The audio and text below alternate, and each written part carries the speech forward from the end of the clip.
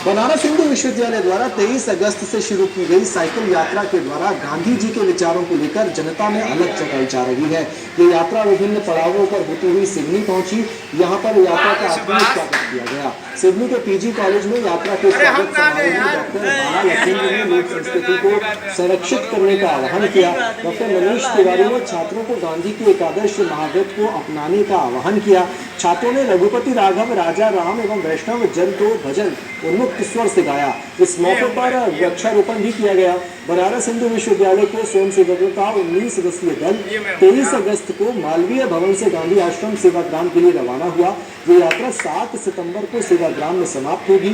Cycle यात्रा के समन्वयक ने सभी छात्रों से गांधी के आदर्शों और विचारों को जीवन में उतारने का आह्वान किया। गांधी की 150वीं जयंती वर्ष पर निकाली जा रही इस यात्रा को लेकर सिवनी के छात्रों में काफी उत्साह देखने को मिला।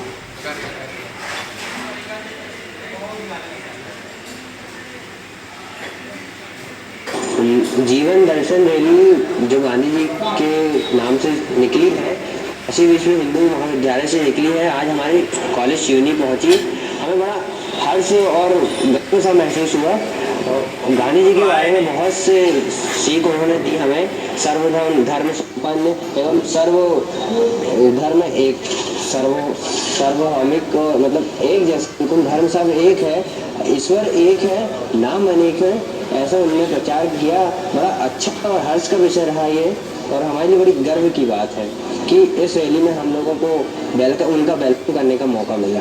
हमने गांधी जी के बारे में बहुत कुछ सीखा और समझा, और आगे भी जाके लोगों को इसके बारे में बताएंगे और जागरूक करेंगे कि वो आगे भी यानी कि गांधी जी के उद्देश्यों को समझें और पालन करें। और उनकी ये जो यात्रा निकली है, साइकिल यात्रा, जिससे कि वो गाँव जाके बच्चों को बताना चाहते हैं कि गांधी जी क्या थे, उनके विचार क्या थे, सत्य, अहिंसा और सर्वधर्म संपन्न का उन्होंने विचार रखा कि सभी धर्म समान है, कोई भी धर्म कोई अंतर नहीं है। यहाँ गांधी दर्शन के लिए जो यात्रा आई है, इसमें टीचर भी आए थे। उन्होंने ऐसा मार्गदर्शन दिया गांधी जी के प्रति, बहुत सी चीज़ें सीखने को मिली। जैसे सभी को तो मालूम है, कॉमन सी बात है, सबको पता है कि 3 उसके मूल मंत्र हैं, बुरा करो मत, बुरा सुनो मत और बुरा देखो मत। इसके अलावा भी हमें बहुत कुछ सीखने को मिला। जैसे प्राकृतिक धरोहर को बचाने के लिए उन्होंने बहुत कुछ कहा, गांधी जी ने भी कहा। और हमारे जो टीचर आए थे बाहर से, काशी हिंदू विश्वविद्यालय के, उन्होंने भी हमें बताया कि हमें अपनी मूल संस्कृति को बचाए रखना है।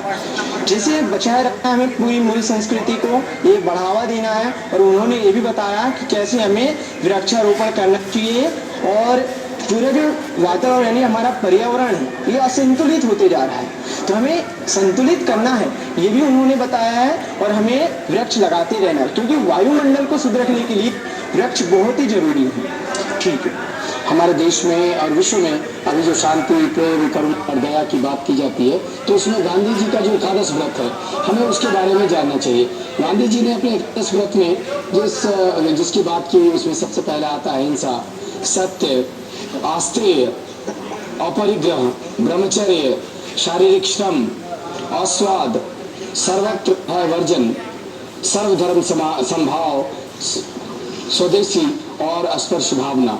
हम जब स्पर्श की बात करते हैं तो हमें पता होना चाहिए कि माँ के साथ हमारा स्पर्श माँ के जैसा, बहन का बहन के जैसा, पत्नी भार्या के साथ भार्या के जैसा। तो ये जो स्पर्श की भावना है, जिसको गांधी ने जीवन भर कहा, तो ये जो एकादश व्रत है गांधी का, जिसमें सबसे ऊपर गांधी अहिंसा की बात करते हैं, गांधी प्रेम की बात करते हैं, करुणा की बात करते हैं, दया की बात करते हैं और परिग्रह की बात करते हैं। और अभी वर्तमान में जो हमारी सरकार है, जो इस दिशा में भ्रष्टाचार मुक्त भारत की बात करते हैं, तो जब हम अपरिग्रह को समझ जाएंगे, महात्मा बुद्ध ने भी अपरिग्रह की ही बात की है, तो हम अपरिग्रह की बात समझ जाएंगे, तो ये भ्रष्टाचार का समापन स्वयं हो जाएगा और बहुत ही खूबसूरत समाज, एक सुंदर समाज, सुगठित समाज का निर्माण